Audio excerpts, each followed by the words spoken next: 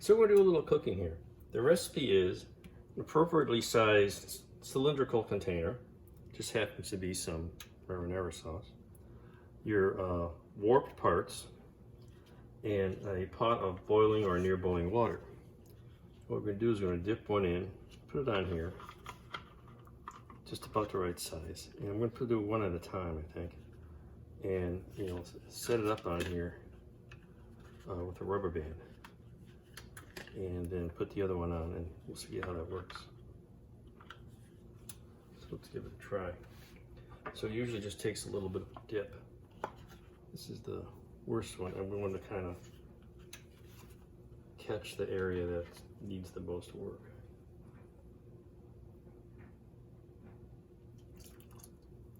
And generally you don't have to do much. So we're just going to give this a little curl here. Is that doing a little more? We don't want to be spilling hot water everywhere. There we go. Get that bad out. That's better. Alright, so now we got enough here to get that shape. That'll get it to hold. This one's got the same problem with this area. So we're going to dip mostly that side. Just for a few seconds. And then bend that. See, we're bending that just that way. Hold that for us. It's starting to hold. Need a little more. And again, just for a few seconds, turn that down. Don't need a full boil. There we go. That's pretty soft. Soften it. You don't want to soften it too much, because then you're going to have problems. But you want to get it to form the shape. So you want it to get on here as soon as you can. And let that set up. Give that a ways to get closer, and that should do it. Let's see how that turned out. Actually fairly well. This is rounder, so that'll fit much nicer now. I'm having to go, the other half needed a second dip, so that's cooling off, but wasn't quite up to snuff, so that does it. A very quick dip. This is pretty soft resin cast. One thing I did notice, and these I wrapped around a rubber band, they're a little off, but you can see they're pretty easy to get into a circular shape. Do one at a time, and that conforms pretty nicely. And this is very flexible, so that'll have no problem getting that round. But what I did notice is these notches in here that are supposed to fit on the tabs are too narrow, and that's the same for both of them. They're not going to fit on. Can you see that? I think so. Yeah. Yeah, that's not going to fit. This is wider than the slot here, so I'll just enlarge the slot. The other thing I noticed is, if you look at this, these tabs extend on an angle the wrong direction, so it makes it very difficult to get this to fit, especially on the tapered section on the top.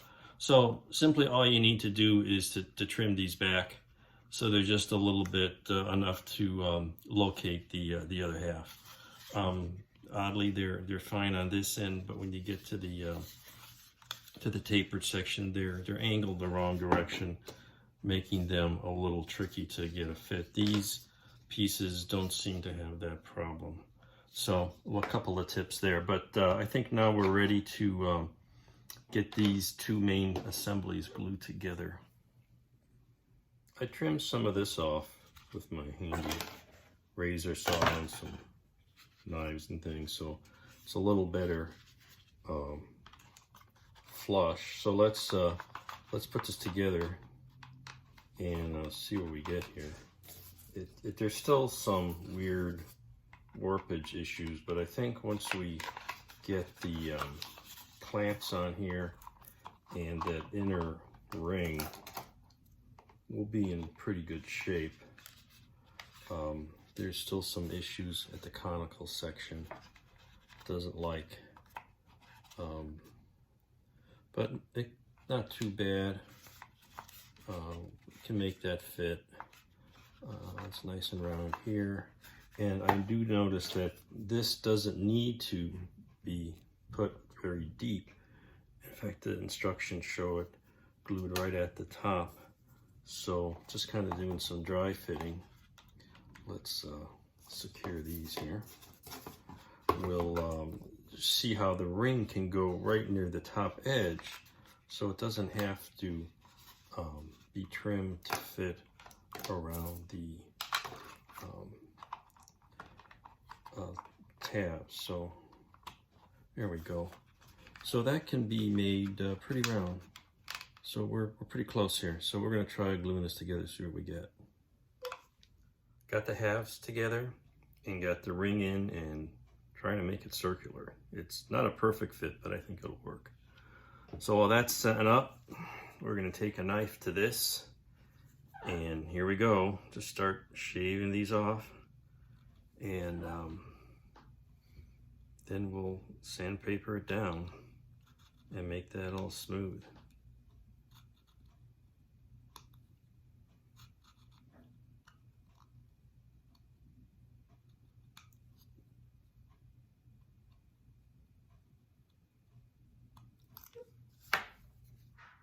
Well, I got all the raised ridges off, cleaned up pretty nicely. We'll see what happens when I get a little primer on it. So that's good, and then that fits on top of here. And I got the clamps off of this piece, so let's see what happens here. I think I may have put this too high. Oh, that doesn't go much any deeper, because there's a little lip on here that fits inside the ring.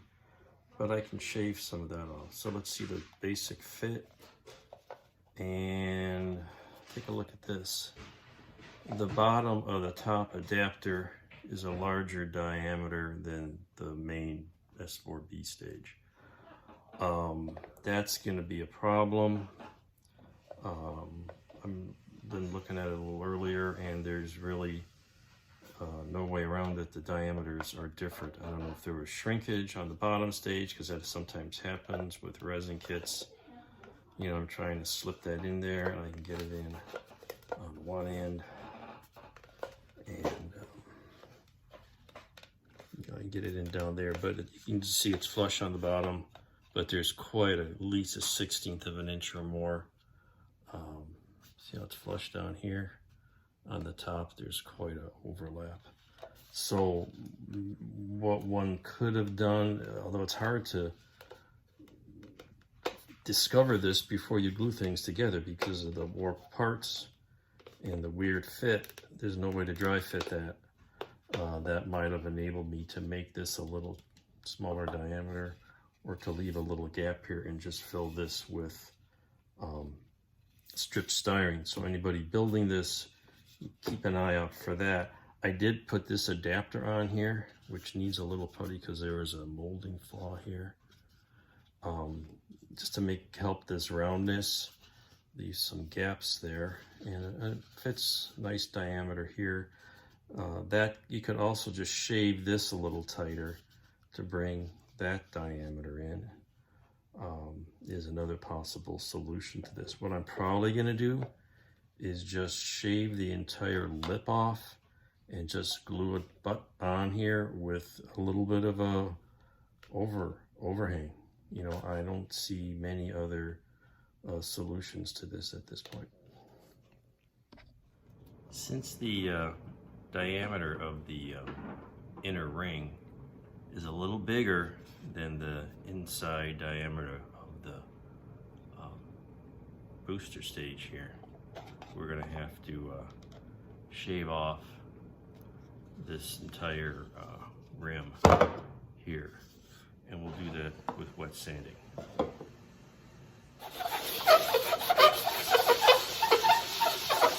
Maybe some more wet, huh?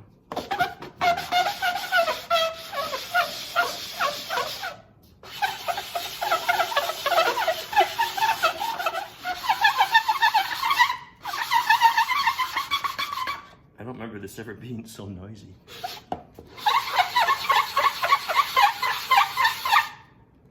And you check it once in a while. And this is pretty soft resin, so it's moving along pretty quickly.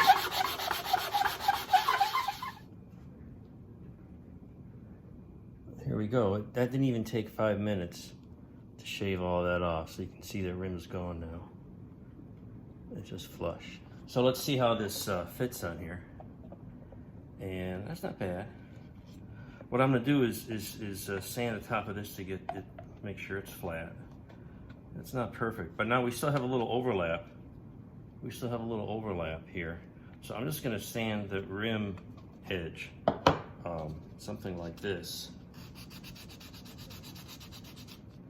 all the way around to kind of maybe just, you know, give that a little curve, you know, a little trim there, and streamline that, and I think that'll work out.